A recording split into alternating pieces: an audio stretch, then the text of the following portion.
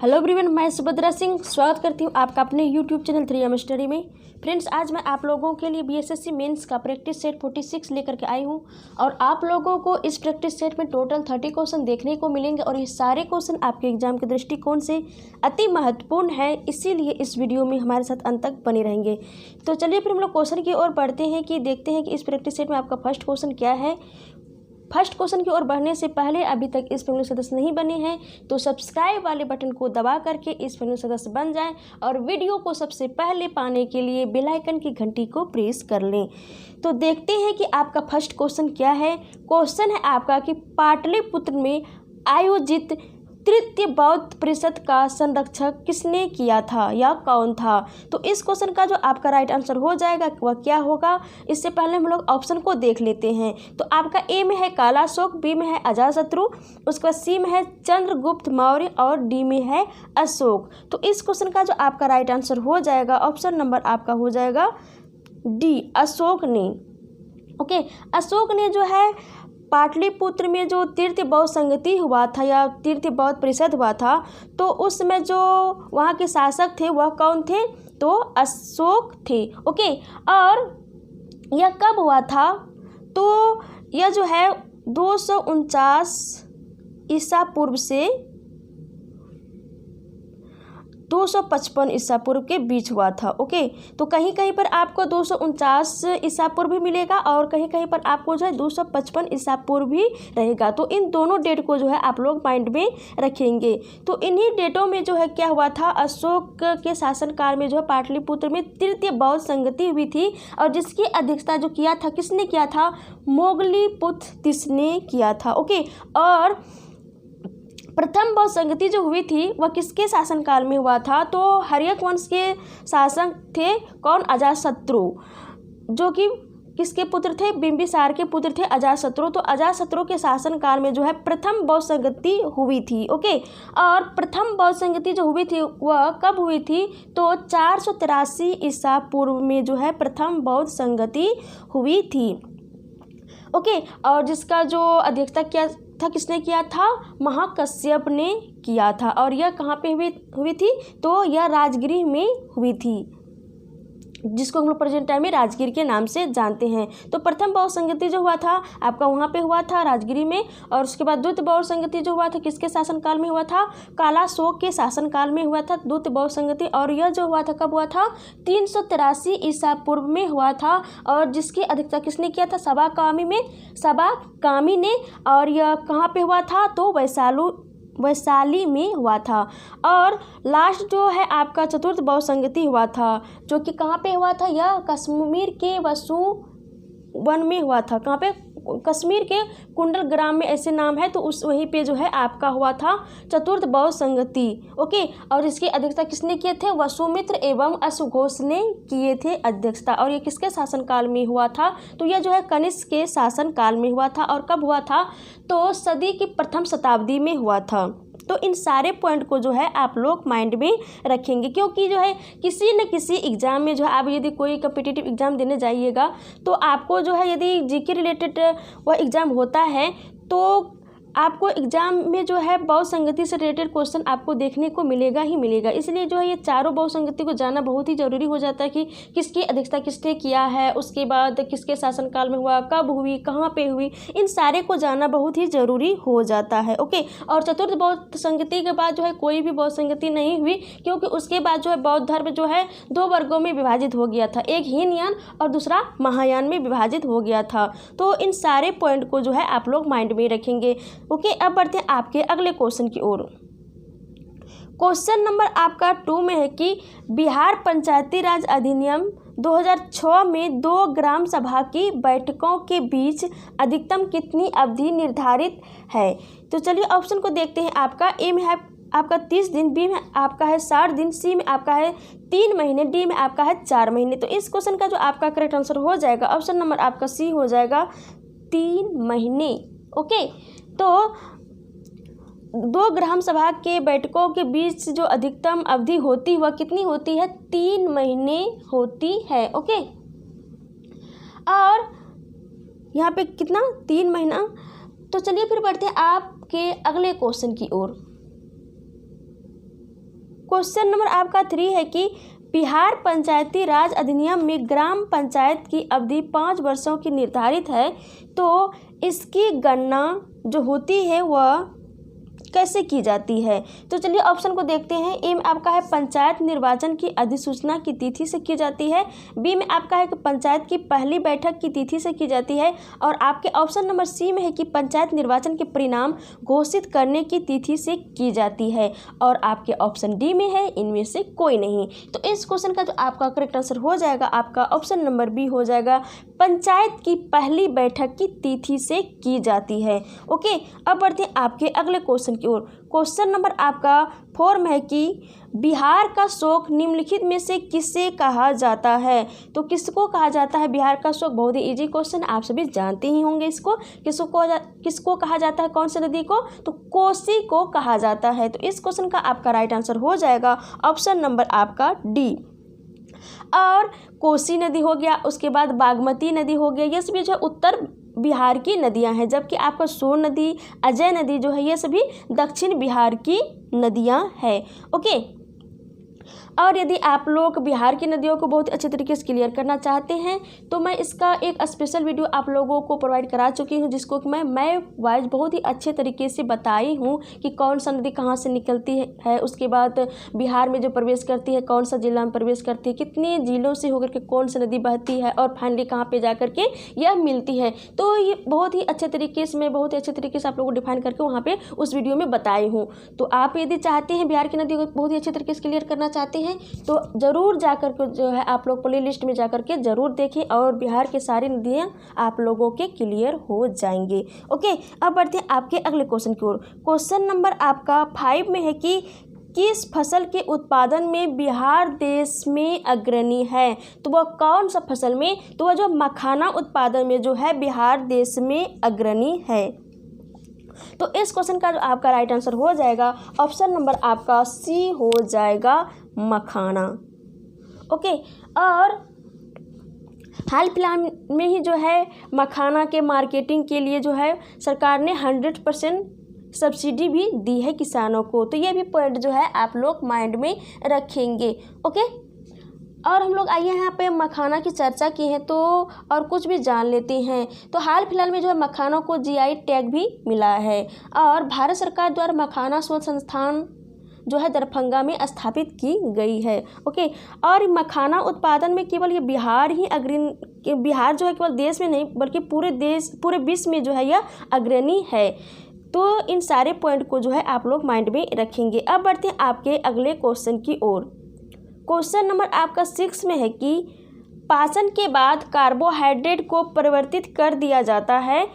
तो चलिए ऑप्शन को देखते हैं आपका। तो ए में है आपका ग्लाइकोजन, बी में आपका है ग्लूकोज, सी में आपका है अमीनो अम्ल, डी में आपका है वसा युक्त अम्ल। तो इस क्वेश्चन का जो आपका करेक्ट आंसर हो जाएगा आपका ऑप्शन नंबर बी हो जाएगा, ग्लूकोज। देखिए पाचन के बाद जो है कार्बोहाइड्रेट किस में परिवर्तित हो जाता है? तो वह ग्लूकोज में परिवर्तित हो जाता है। और यह प्रोसेस जो है आपका कहाँ पे होता है? तो यह जो अग्नाशय में होता है। तो अग्नाशय में 3 तरह के वहाँ से क्या स्रावित होते हैं? एंजाइम स्रावित होते हैं। कौन कौन सा? तो आपका होता है माल्टोज, उसके बाद एक होता है माल्टोज नहीं, एक होता है ट्रिप्सिन, एक होता है माल्टोज, एक होता है एमाइलेज। तो वहीं से जो है अलग अलग सभी का कार्य होता है, वहीं से जो है कार्बोहाइड्रेट को ग्लूकोज में परिवर्तित किया जाता है। ओके, अब बढ़ते हैं आपके अगले क्वेश्चन की ओर। क्वेश्चन नंबर आपका 7 में है कि निम्नलिखित में से भारत का कौन सा क्षेत्र उष्णकटिबंधीय सदाबहार वन से ढका हुआ है। तो चलिए ऑप्शन को देखते हैं। ए में आपका गुजरात का अर्धशुष्क क्षेत्र, बी में आपका पूर्वी घाट, सी में आपका पश्चिमी घाट, डी में आपका मध्य प्रदेश। तो इस क्वेश्चन का आपका राइट आंसर हो जाएगा ऑप्शन नंबर सी, पश्चिमी घाट। पश्चिमी घाट क्षेत्र जो है वह उष्णकटिबंधीय सदाबहार वन से ढका हुआ क्षेत्र है। और सदाबहार वन जो होता है यह किस तरह का वन होता है? इसमें जो है सालों भर जो है इसके पेड़ों में पत्तियां होती है, जबकि एक पतझड़ वन होता है जिसको हम लोग पर्णपाती वन के नाम से भी जानते हैं, पतझड़ वन को। तो इस प्रकार के वनों में जो क्या होता है कि साल में जो है यह पेड़ जो है एक बार अपनी पत्तियां को गिरा देती है। क्लियर। अब बढ़ते आपके अगले क्वेश्चन की ओर। क्वेश्चन नंबर आपका 8 में है कि निम्नलिखित में से कौन सा पदार्थ सामान्य मूत्र में पाया जाता है।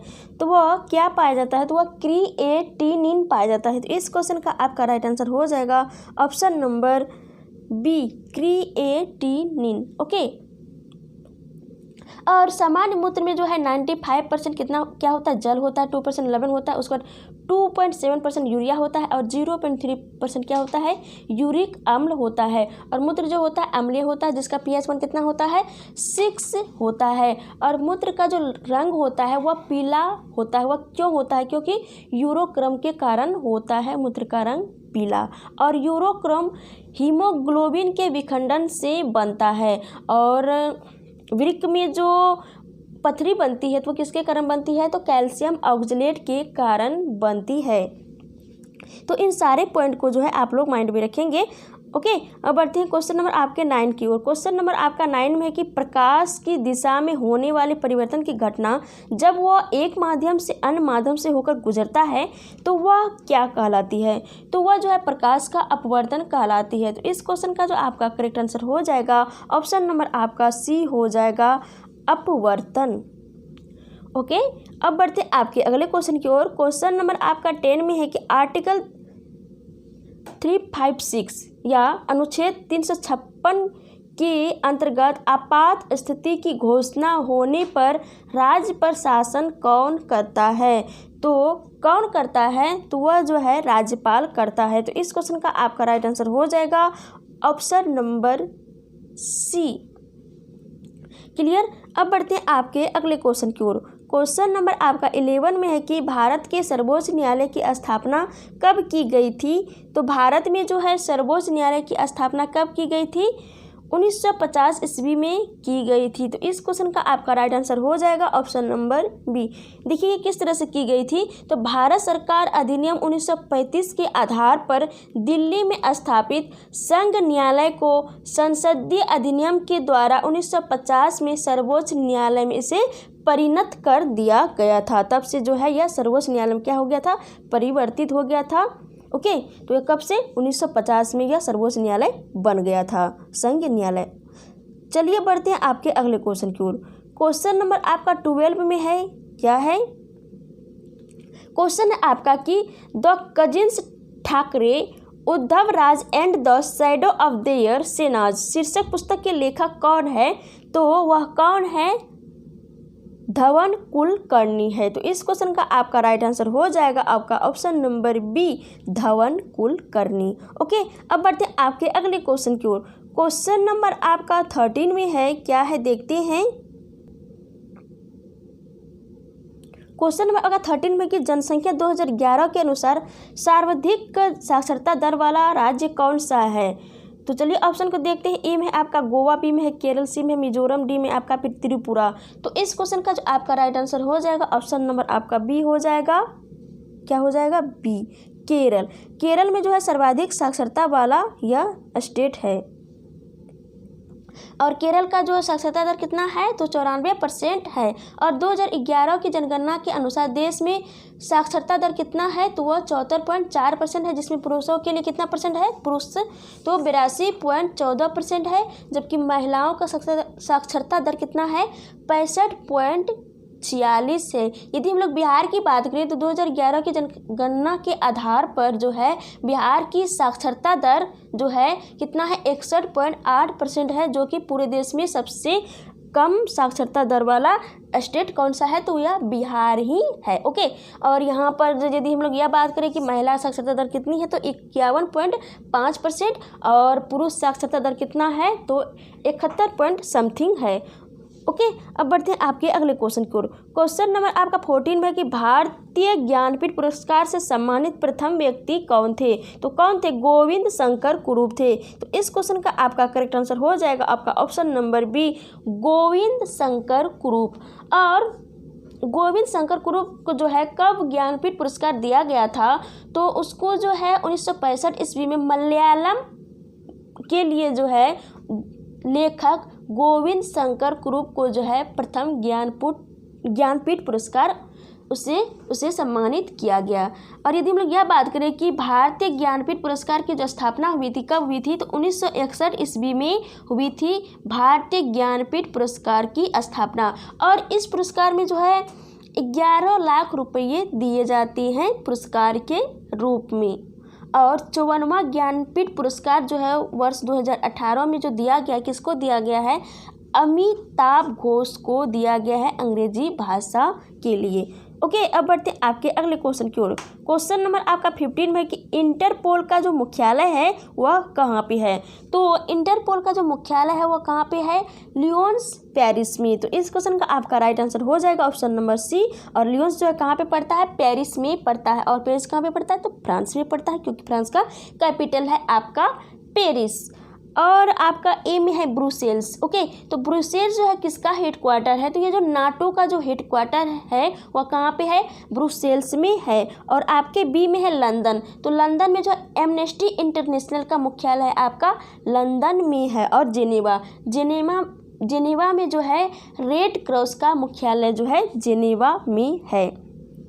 ओके, अब बढ़ते आगे अगले क्वेश्चन की ओर। क्वेश्चन नंबर आपका 16 में है कि वाई सोशलिज्म, कौन सा, वाई सोशलिज्म पुस्तक किसने लिखा था। तो चलिए ऑप्शन को देखते हैं। ए में आपका महात्मा गांधी, बी में आपका आचार्य नरेंद्र देव, सी में आपका एम.एन. राय, डी में आपका जयप्रकाश नारायण। तो इस क्वेश्चन का जो आपका करेक्ट आंसर हो जाएगा वह क्या हो जाएगा, ऑप्शन नंबर आपका डी हो जाएगा, जयप्रकाश नारायण। ओके, और आपका ए में है महात्मा गांधी। तो महात्मा गांधी जो है कौन कौन से प्रमुख बुक लिखे थे, तो वो कौन कौन सा बुक था, जैसे कि यंग इंडिया, उसके बाद आपका हो गया नवजीवन, उसके बाद the story of my experience with truth, उसके बाद हिंद स्वराज। ये सभी जो बुक लिखे थे किसने लिखे थे, महात्मा गांधी ने लिखे थे। क्लियर। अब बढ़ते हैं आपके अगले क्वेश्चन की ओर। क्वेश्चन नंबर आपका 17 में कि मोढेरा का सूर्य मंदिर किस राज्य में स्थित है। तो वह कौन से राज्य में स्थित है, वह गुजरात में अवस्थित है। तो भी आपका करेक्ट आंसर हो जाएगा। क्लियर। और यदि हम लोग यह बात करें कि हम लोग सूर्य मंदिर कहाँ की बात करें, तो मोढेरा का सूर्य मंदिर की बात की, जो कि कहाँ पे है, आपका गुजरात में है। यदि हम लोग बिहार की सूर्य मंदिर की बात करें कि बिहार का जो सूर्य मंदिर है वह कौन सा जिला में है, तो वह कहाँ पे है, तो वह औरंगाबाद में है। क्लियर। और उड़ीसा का सूर्य मंदिर कहाँ पे है, तो वह उड़ीसा का कौन सा सूर्य मंदिर, तो कोणार्क मंदिर जो है कहाँ पे पड़ता है, उड़ीसा में। और कोणार्क मंदिर जो है यह सूर्य का मंदिर है। क्लियर। अब बढ़ते हैं आपके अगले क्वेश्चन की ओर। क्वेश्चन नंबर आपका 18 में उत्तर प्रदेश का एक प्रसिद्ध लोक नृत्य कौन सा है, तो वह कौन सा है, कजरी। तो इस क्वेश्चन का आपका करेक्ट आंसर हो जाएगा आपका ऑप्शन नंबर बी, कजरी। और उत्तर प्रदेश का लोक नृत्य जो है रासलीला हो गया, उसके बाद नौटंकी, झूला, कजरी, उसका जद्दा, जैदा, ये सभी जो है उत्तर प्रदेश की लोक नृत्य है। और चौक पूर्णा उत्तर प्रदेश का क्या है, लोक कला है। तो इन सारे पॉइंट को जो है आप लोग माइंड में रखेंगे। और गोदना और अपहन किस, कौन कौन सा, गोदना और अपहन जो है बिहार का लोक कला है। क्लियर। अब बढ़ते हैं आपके अगले क्वेश्चन की ओर। क्वेश्चन नंबर आपका 19 में कि राष्ट्रीय पशु के रूप में बाघ को किस वर्ष अपनाया गया था। तो कब अपनाया गया था, 1973 ईस्वी में अपनाया गया था। तो ये आपका करेक्ट आंसर हो जाएगा इस क्वेश्चन का। क्लियर। और आइए कुछ और भी जान लेते हैं इम्पोर्टेंट पॉइंट को। तो गंगा को राष्ट्रीय नदी जो घोषित किया गया था, कब किया गया था, 4 नवंबर 2008 को। और राष्ट्रीय जल जीव गंगा डॉल्फिन को जो है 5 अक्टूबर 2009 को राष्ट्रीय जल जीव घोषित किया गया है। तो इसके साथ साथ जो है इन पॉइंट को भी आप लोग जो है माइंड में रखेंगे। ओके, अब बढ़ते हैं आपके अगले क्वेश्चन की ओर। क्वेश्चन नंबर आपका 20 में है कि 2011 के जनगणना के अनुसार निम्न में से किस राज्य में जनसंख्या वृद्धि दर ऋणात्मक रही है।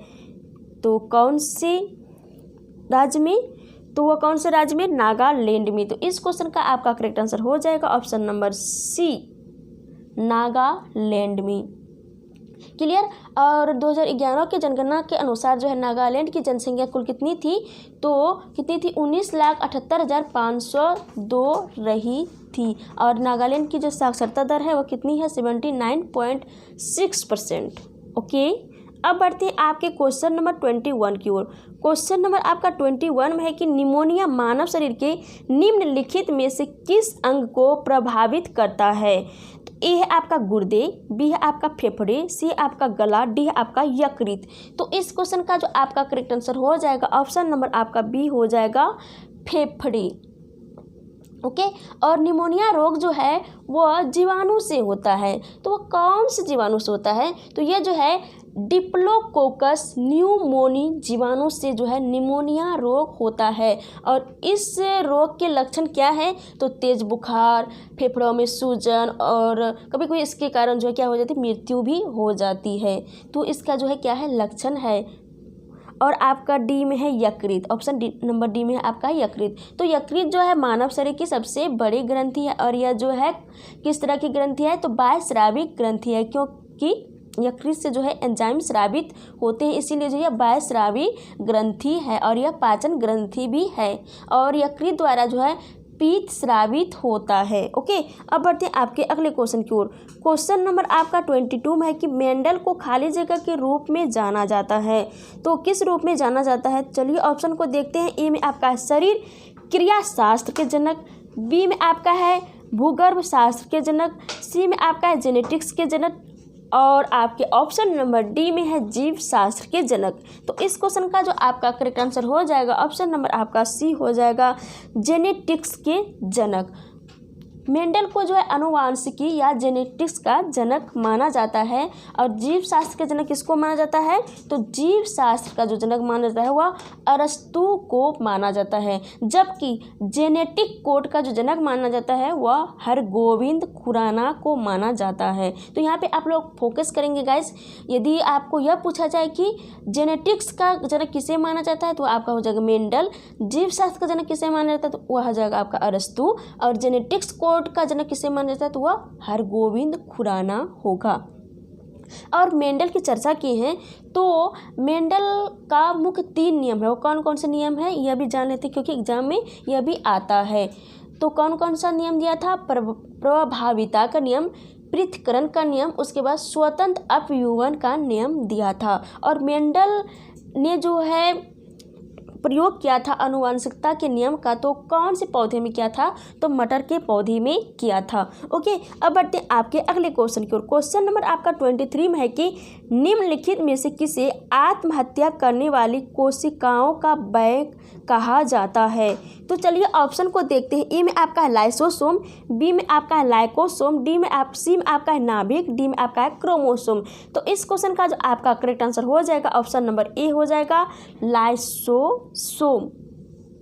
क्या हो जाएगा, लाइसोसोम हो जाएगा। और लाइसोसोम जो है सूक्ष्म गोल इकहरी झिल्ली से घिरी थैली बैग जैसी रचना होती है और इसका मुख्य कार्य जो होता है बाहरी पदार्थों का भक्षण एवं पाचन करना होता है और इसमें 24 प्रकार के एंजाइम पाए जाते हैं और इसकी खोज जो किए किसने किए थे, डी डुवे ने किए थे। तो इन सारे पॉइंट को जो है आप लोग माइंड में रखेंगे। ओके और आपके ऑप्शन नंबर डी में है क्रोमोसोम। तो क्रोमोसोम जो मनुष्य में कितने जोड़े पाए जाते हैं, तो 46 जोड़े पाए जाते हैं, जबकि चिंपैंजी में 48। ओके अब बढ़ते हैं आपके अगले क्वेश्चन की ओर। क्वेश्चन नंबर आपका 24 में कि वायुमंडल की किस परत में ओजोन परत होती है। तो कौन से परत में जो है ओजोन परत होती है, तो वो आपके स्ट्रेटोस्फीयर में ओजोन परत होती है। तो आपका सी करेक्ट आंसर हो जाएगा, स्ट्रेटोस्फीयर। क्लियर। और ओजोन परत की जो ऊंचाई होती है सामान्यतः या साधारणतः 20 से 25 मीटर, मीटर नहीं किलोमीटर, तो 20 से 25 किलोमीटर से 50 से 60 किलोमीटर तक होती है। और ओजोन परत के हानिकारक गैस के उत्सर्जन पर जो है प्रतिबंध के लिए 1987 ईस्वी में जो है मॉन्ट्रियल प्रोटोकॉल हुआ था, जो कि कहाँ पे हुआ था, तो ये जो है कनाडा में हुआ था। और आयनोस्फीयर जो होता है, आयनोस्फीयर को जो हम लोग रेडियो संचार मंडल भी कहते हैं और क्षोभ मंडल में सभी महत्वपूर्ण भौतिक वातावरण का प्रभाव पड़ता है, जैसे कि बारिश होना, तूफान आना, ये सभी प्रक्रिया कहाँ पे होती है, तो आपका क्षोभ मंडल में होती है। क्लियर। अब बढ़ते हैं आपके अगले क्वेश्चन की ओर। क्वेश्चन नंबर आपका 25 में कि प्रूफ, कौन सा, बुलेट प्रूफ जैकेट बनाने के लिए खाली जगह तंतुओं का उपयोग किया जाता है। तो किसका प्रयोग किया जाता है, केवलर का। तो इस क्वेश्चन का आपका करेक्ट आंसर हो जाएगा option number c, Kevlar. Okay, यहाँ पे हम लोग बुलेट प्रूफ जैकेट की बात किए हैं, तो आइए और कुछ भी जान लेते हैं। तो बुलेट प्रूफ जैकेट जो बनाया जाता है तो उसमें केवलर तंतुओं का उपयोग तो करते हैं, इसके साथ साथ जो हम लोग रेशेदार कांच का भी प्रयोग जो है बुलेट प्रूफ जैकेट बनाने में करते हैं। तो इसको भी जो है आप लोग माइंड में रखेंगे। ओके, अब बढ़ते हैं आपके अगले क्वेश्चन की ओर। क्वेश्चन नंबर आपका 26 में कि इंडिया गेट का डिजाइन खाली जगह ने तैयार किया था। तो किसने किया था, सर एडविन लुटियंस ने किया था। तो इस क्वेश्चन का आपका बी करेक्ट आंसर हो जाएगा, सर एडविन लुटियंस ने किया था। और कब किया था, 1924 ईस्वी में इसे बनाया गया था या किया था। और इंडिया गेट भारतीय सेना का प्रथम विश्व युद्ध में शहीद होने के याद में बनाया गया था। और एक होता है गेटवे ऑफ इंडिया, जो कि 1911 ईस्वी में राजा जॉर्ज पंचम और रानी मेरी के स्वागत में बनाया गया। और लुटियंस जो थे, इसने जो है सर एडविन लुटियंस जो है, इसने इंडिया गेट के डिज़ाइन के साथ साथ जो है संसद भवन का भी डिज़ाइन तैयार किया था। तो इन सारे पॉइंट को जो है आप लोग माइंड में रखेंगे। ओके, अब बढ़ते हैं आपके क्वेश्चन नंबर 27 की ओर। क्वेश्चन नंबर आपका 27 में है कि मैग्नेटाइट किसका अयस्क खनिज है। तो चलिए बढ़ते हैं ऑप्शन की ओर। ए में आपका बेरिलियम, बी में आपका क्रोमियम, सी में आपका मैंगनीज, डी में आपका कॉपर। तो इस क्वेश्चन का जो आपका करेक्ट आंसर हो जाएगा आपका ऑप्शन नंबर सी हो जाएगा, मैंगनीज। मैंगनीज जो है, मैग्नीज का अयस्क कौन सा है, तो मैग्नेटाइट जो है आपका मैग्नीज का अयस्क है। और मैग्नेटाइट को जो हम लोग सिलोमिलिन के नाम से भी जानते हैं। और मैग्नीज का अयस्क जो होता है पायरोल्यूसाइट भी होता है। ओके, और आपके ऑप्शन में है बेरिलियम। तो बेरिलियम जो होता है या बेरियम जो होता है यह किसका अयस्क होता है, बेराइट का अयस्क होता है। और आपका ऑप्शन नंबर डी में है कॉपर। तो कॉपर का अयस्क कौन सा होता है, कॉपर ग्लास जो है कॉपर का अयस्क होता है। क्लियर। और कोबाल्ट का अयस्क क्या होता है, तो स्मेल्टाइट जो है कोबाल्ट का अयस्क होता है। तो इन सारे को आप लोग माइंड में रखेंगे। अब बढ़ते हैं आपके अगले क्वेश्चन को। क्वेश्चन में आपका 28 में कि अंतर्राष्ट्रीय योग दिवस जो है, कौन सा दिवस, अंतर्राष्ट्रीय योग दिवस को किस दिन मनाया गया है। तो 21 जून को, 21 जून से जो है 21 जून को जो है अंतर्राष्ट्रीय योग दिवस मनाया जाता है। और यह कब से मनाया जाता है, तो 21 जून 2015 से मनाया जाता है। पहली बार जो है आपका 2015 में 21 जून 2015 को मनाया गया था। तो इनको भी जो है आप लोग माइंड में रखेंगे। क्लियर। और 14 जून को जो है विश्व रक्तदान दिवस मनाया जाता है। और 29 जून को राष्ट्रीय सांख्यिकी दिवस मनाया जाता है। और 20 जून को विश्व शरणार्थी दिवस मनाया जाता है। क्लियर। अब बढ़ते हैं आपके अगले क्वेश्चन की ओर। क्वेश्चन नंबर आपके 29 में है कि सौर मंडल के बाहर साइरस नामक चमकीले तारे को खाली जगह भी कहते हैं। तो क्या नाम है उसका, उसको हम लोग क्या कहते हैं, तो उसको हम लोग जो डॉग स्टार के नाम से भी जानते हैं। तो इस क्वेश्चन का आपका राइट आंसर हो जाएगा ऑप्शन नंबर आपका b, dog star. Clear. Dog star जो कहाँ पे होता है, तो डॉग स्टार जो आपका जो है कहाँ पे है, दुग्ध मेखला, जिसको हम लोग मिल्की वे के नाम से भी जानते हैं। यह क्या है, यह जो है एक गैलेक्सी है। तो इसी गैलेक्सी में आकाश गैलेक्सी कहें या आकाशगंगा कहें, तो मिल्की वे दुग्ध मेखला नामक जो है आकाशगंगा में जो है हमारा सूर्य जो कहाँ पे है, तो दुग्ध मेखला गैलेक्सी में ही है। तो इसी में जो है आपका जो है डॉग स्टार चमकीले तारे जो पाए जाते हैं वो कहाँ पे है, तो आपका दुग्ध मेखला आकाशगंगा में ही है। तो इस पॉइंट को जो है आप लोग माइंड में रखेंगे। और यह जो है आपको दिन में नहीं दिखाई देता है या रात में दिखाई देता है, क्योंकि दिन में जो सूर्य दिखाई पड़ता है, सूर्य की किरणें रहती हैं अधिक, इसी कारण जो है डॉग स्टार जो है यह रात में दिखाई देता है। तो इन सारे पॉइंट को जो है आप लोग माइंड में रखेंगे। अब बढ़ते हैं आपके अगले क्वेश्चन की ओर। क्वेश्चन नंबर आपका 30 में है कि भारत की तरफ आने वाली समुद्री मार्ग की खोज किसने की थी। तो किसने की थी, वास्को डी गामा ने की थी। तो इस क्वेश्चन का आपका राइट आंसर हो जाएगा ऑप्शन नंबर बी। तो और इसने जो है कब जो है भारत आए थे भारत की खोज करते हुए, तो 17 मई 1498 को जो है वास्को डी गामा ने केरल के कालीकट तट पर आए थे। और उसमें जो कालीकट के जो राजा थे वह कौन थे, तो जमोरिन थे। और जमोरिन ने जो है वास्को डी गामा का क्या किए थे, स्वागत किए थे। तो इन सारे पॉइंट को जो है आप लोग माइंड में रखेंगे। और वास्को डी गामा जो थे वह कौन थे, पुर्तगाली थे। और आपके ऑप्शन नंबर ए में है बाबर, तो बाबर जो है मुगल वंश के संस्थापक थे। और आपके ऑप्शन नंबर सी में है गैलियो, तो गैलियो कौन थे, तो यह जो थे दूरबीन के आविष्कारक थे। तो इसको भी जो है आप लोग माइंड में रखेंगे। तो क्लियर। तो इस तरह से हम लोग इस प्रैक्टिस सेट में कितना क्वेश्चन थे, तो 30 क्वेश्चन थे। इन सारे क्वेश्चन को बहुत ही अच्छे तरीके से समझे और क्लियर भी किए। तो आई होप कि ये सारे क्वेश्चन आप लोगों को माइंड में सेट हो गए होंगे, बहुत ही अच्छे तरीके से क्लियर हो गए होंगे। यदि क्लियर हो गए हैं तो इस वीडियो को लाइक करें और ज़्यादा से ज़्यादा फ्रेंड्स के पास इसको शेयर करें। और हाँ, यदि आप इस वीडियो का PDF प्राप्त करना चाहते हैं तो नीचे जो है आपका टेलीग्राम लिंक दिया हुआ है, आप इस लिंक से जो है PDF प्राप्त कर सकते हैं। तो चलिए फिर मिलते हैं आपके नेक्स्ट वीडियो में, तब तक के लिए जय हिंद जय भारत।